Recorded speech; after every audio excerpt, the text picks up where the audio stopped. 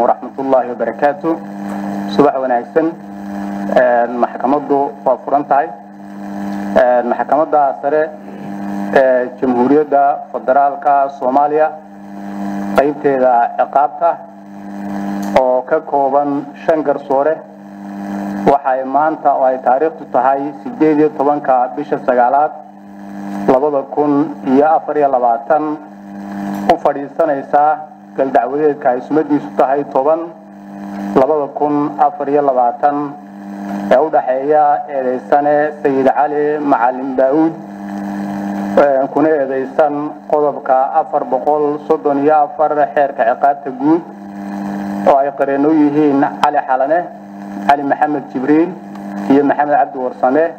midna ku ah qaranka Soomaaliyeed oo matalayo xafiiska qariiqanka guud ee dawladda xafiiska xiraliyaha guud ee dawladda maxkamaddu waxay ku dhawaaqaysaa maanta insha Allah taala go'aankeedii ku salaysnaa asbaabtii ay dhageysatay fadhigii koowaad ee dacwadan ee howlka kan ka qabsoomay 24kii bishii 8aad 2024 بسم الله الرحمن الرحيم محكمة سرة جمهورية فدرالك الصومالية مركي أي سقط تدير ودرستي أرجيغا عبشرة أسباب تأذي سنها يرعتين تا قرينة دي الدفاع درستينا دود أفيدي أي كسو جديد محكمة سرة دالك هورتيدا عبشرة ونحر كيدوها كو إن عبشرة أي سلقوا يهين حرفها با يدا فقرة اللباد يقولب كاللبا بقول صدن يلبا حير كهبك عقابك الصوماليات وشيغيا إن محكمة رفعان كقبل كبنادر أي مركي أي دعوتنا قادسي أما حكم كيدو كوحد قدبي شرعيقا كقابسي الرمود دعوت مهمة ودين عيدا متكود أما محكمة أي سوچي ديسي حكمكو آنو كفدين أسباب شرعي أما أسباب حكمك الله عسكر يعني كفلين لبا إن حكمك محكمة رفعان كولي هاي سدح وجهي وإسخلافسن إسكانه ريمانيا دنك الدبقات الشرعية مع النبي الشريعة الإسلامك هي مذهبك الشافعية إدلكين الله قدقم صدح إن محكمة رفعان قبل كبنادر أي أيدي حكمك محكمة قبل كبنادر iyadoo aan dib u dhageysan wixii maxkamadda gobolka ka dhacay taasoo khilaafsan faqradaha baaca ee faqradda labaad ee qodobka 231 xeerka habka ciqaabta Soomaaliyeed afar in maxkamadda rafcaanka gobolka Banaadir aanay soo koobin dhacdada iyo qodobada sharci ee uu ku saleysan yahay xukunku saafna ay ku khilaaftay qodobka 121 xeerka habka ciqaabta Soomaaliyeed shan in xukunka maxkamadda rafcaanka gobolka Banaadir lagu dhisay qariino oo cadeynaan toos ahayn male iyo loo qaateen taasoo khilaafsan qodobada 110 163 oo xafiiska xiraalinta ku waajibinayay in si aan shaki maangalay ku jirin ay ugu cadeeyaan dambiga eedeysanaha lix in xukunka maxkamadda rafcaanka gobolka Banaadir khilaafsan yahay dhammaan afarta madhab ee fuqahaada islaamka faqradda saddexaad qodobka 107 ee dastuurka ku meelkaarka Jamhuuriyadda Federaalka Soomaaliya iyo faqradda labaad qodobka saddexaad ee xeerka nidaamka garsoorka toddoba in la waayay cadeyn xukunka lagu dhiso saasirteed ay ahayd in la fuliyo qasaamada ama dhaarta ka dhalata lawska ama tuhunka iyadoo ehelada dhibanaha konton dhaarood la marinayo haday diidaana dhinaca eedeysanaha loo wareejiyo maxkamadda sare markii ay si mug loo daristay jawaab celinta dacwadoogista oo nuxurkeedu yahay in dhammaan arrimaha cabashada saldhigga looga dhigay aanay sharciga waafaqsanayn maxkamadda sare markii ay dul istaagtay daristayna xukunka maxkamadda rafcaanka gobolka Banaadir ee la durayo ee sumadiisa iyo taariikhdiisa kor lagu soo sheegay maxkamadda waxa uu cadaatay kow in qareenada difaacu aanay si cad u iftiimin sida xukunka loogu dhisay arrimaha iskhilaafsan ama isburinaya ee ay ku doodeen in xukunku ku dhisan yahay laba إن حرفها A B C فقرة اللبات يقول الله بقول صدن يكو حرك عقابته عروم محكمة رفعان كقول كبنادير كواتيين إن يديو لجيسته دمان وحي كدعي محكمة قول كبنادير بل سو اختيار الصينيو إن إسلاس يلي كرتو عديما عصب قاضي كرتو مرق رلو دجيستين ديو دجيستين كرتو مركو وارين عصب كمرق فريو محكمة رفعان كقول كبنادير يوادي كسريسا أوداس اختياري ayay dacwadan si dhamaystiran dib ugu dhageysatay cadeymo cusub qaaday say u gaadho go'aan cadaalad saarteed maxkamaddu ma khilaafin faqradda ay qareenada difaacu cabashadooda saldhiga uga dhigeen saddex in si waafaqsan xarafka da faqradda koobaad qodobka 222 xeerka habka ciqaabta Soomaaliyeed xukunka maxkamadda rafcaanka gobolka Banaadir si cad u soo koobay dhammaan dhacdooyinka dacwadda qodobada sharci aayadaha quraanka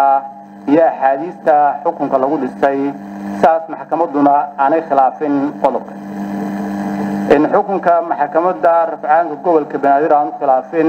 faqradda saddexaad qodobka 107 dastuurka ku meel gaarka ee Jamhuuriyadda Federaalka Soomaaliya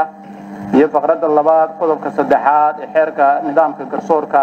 sababtoo ah wuxuu xukunku ku qotamaa asbaab sharci oo maangala shan in xukunku aanu khilaafin qodobada 163 xeerka habka ciqaabta eedeysanuhana si aan shaki maangali ku jirin dambiga loogu cadeeyay in heerka cadeynta aanu shaki ku jirin shaki maangali ku jirin aanu micnaheedu ahayn cadeyn gabi ahaanba shaki ka maran balse ay tahay cadeymo xoogan qancinaya qalbiga qofka maangalka kana saaraya sugnaan la'aanta ku riixi karta inuu rumaysto si ka duwan daliilada dacwad oogista lix in dooda in qariino oo kaliya loo hayo eedeysana aanay ahayn mid sharciga iyo dacwadan waafaqsan waayo in faldambiyeed gudisa ay dhacay eedeysana Sayid Cali geystay dhaawac culus ka soo gaaray horiisii Luul Cabdi Casiis waxa garsoore hortiisa si iskiisa uga qirtay eedeysana Sayid Cali saas darteed in faldambiyeed dhacay eedeysanuu yahay qofka falka geystay dhaawac culusna dhibanaha ka soo gaaray midna uma baahna in qariino lagu cadeeyo todoba in marxuum Luul Cabdi Casiis u dhimatay dhaawacii dabka ka soo gaaray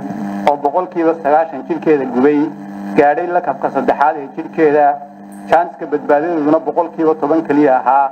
dhakhaatiirtii gacanta ku hayay ayaa maxkamadda rafcaanka gobolka Banaadir koor cadeeyay waana tahay u cuskatay in falka gubista iyo dhimashada dhibanaha uu xiriir toos ah ka dhaxeeyo sideed in arinta la xiriirta qasdiga ama ujeedka faldambiyeedka laga leeyahay aan marna lagu sugi karin markhaatiyo tiradoodu haba badnaatee maadaama cid aan Allah subhanahu wa ta'ala ahayn aanay ogaan karin waxa qalbiga qofka ku jira taas bedelkeeda qasdiga ama ujeedka dambiga laga leeyahay waxa lagu sugi karaa oo kaliya in qofka falka geystay qirto inuu si kas ah falka u galay ama in lagala soo dhaxbaxo duufaha ku xeeran dhacdada eedeysanaha habdhaqankiisa talaabooyinka uu qaaday falka ka hor falka dhaxdiisa falka kadib goorta uu falka geystay sida uu falka u geystay iyo aaladda uu falka ku geystay in eedeysanuhu qirtay in isaga iyo horiisii Luul Cabdi Casiis Maxamed oo muran iyo ismaan dhaxmaray murankoodu ka dhashay arrin cadho dhalin kartay intuu cadhooday baxay soona gatay shidaal gubay goor habeen ah qol kamida guriga ay ku noolaayeen isaga horiisii caruurteeda isagoo isticmaalaya shidaalkii uu soo gatay markii uu falka geystayna ka baxsaday goobtii iyo guud ahaan magaaladii uu falka geystay taas ayaa si buuxda u cadeysay inuu falka ku galay si kasa si dhamaystiran ugu diyaar garoobay inuu geysto ilkasa intaas waxa dheer inuu si cad u suureysan karay dhibka iyo khasaaraha ka dhalan karay falkiisa oo goor habeen ah guri la joogo gubay haddaba maxkamadda rafcaanku iyada oo duruufahaas oo dhan xeerinaysa طبقaysan qodobada 138 iyo 143 xeerka habka ciqaabta ayay eedeysanaha ku heshay inuu geystay dilkaas. 9 qasaamada ama dhaarta ka dhalata lowska ama tuhunku in qasaamada ka dhalata lowska ama tuhunka ay timaado kaliya marka la helo qof la dilay cid dishay la aqoonsan waayo jira tuhun laga qabo inay dilka geysatay cid deegaanka oo cadaawad kala dhaxayso dhinaca dhibanaha iyaguna dafiraan. sidaas darteed dacwadan ma jiro qof la dilay oo cid dishay la garan waayay cidna lagu tuursan yahay. taas bedelkeeda waxa dhacay fal dhimasho sababay ciddii falka geysatay la aqoonsan yahay isna qirsan yahay inuu falka geystay. sidaas darteed maxkamadda rafcaanka gobolka Banaadir waxay ku waafaqday sharciga inaanay sameyn qasaamada ama dhaarta ka dhalata lowska ama tuhunka. 10 in sida ku cad jawaabaha kor ku xusan ay maxkamadda sare uga jawaabtay dhammaan asbaabihi cabashada ee qareennada difaaca cabashadoodu aanay waafaqsanayn faqradda 2 qodobka 232 xeerka habka ciqaabta oo loo cuskaday asbaabta cabashada ee ay ku dureen xukunka maxkamadda rafcaanka gobolka Banaadir ee sumadiisa iyo taariikhdiisa kor lagu sheegay. xukunka maxkamadda marka xukunku dhawaaqdo waxa la farayaa qofna inaanu wax talaaba iyo fal midna aanu socon. xukunka maxkamadda asbaabta kor ku faahfaahsan darteed maxkamadda sare ee Jamhuuriyadda Federaalka Soomaaliya waxa ay diiday cabashada eedeysanaha Sayid Cali Macalin Daawud ee ku taariikhaysan 15 bisha 6 2024 iyo raacsiinta qareennada difaaca ee sumadeedu tahay 136 2024 kuna taariikhaysan 2 bisha 7 2024 lidna ku xukunka maxkamadda rafcaanka gobolka Banaadir ee sumadiisu tahay baxa 16 soona baxay 15 bisha 5 2024 maxkamaddu waxay ayiday xukunka maxkamadda rafcaanka gobolka Banaadir ee taariikhdiisa iyo sumadiisu ku xusan tahay faqradda hore ee qodobka. xukunkan waxa lagu soo saaray magaalada Muqdisho maanta oo ay taariikhdu tahay 18 bisha 9 2024 wabillahi tawfiiq maxkamaddu waxay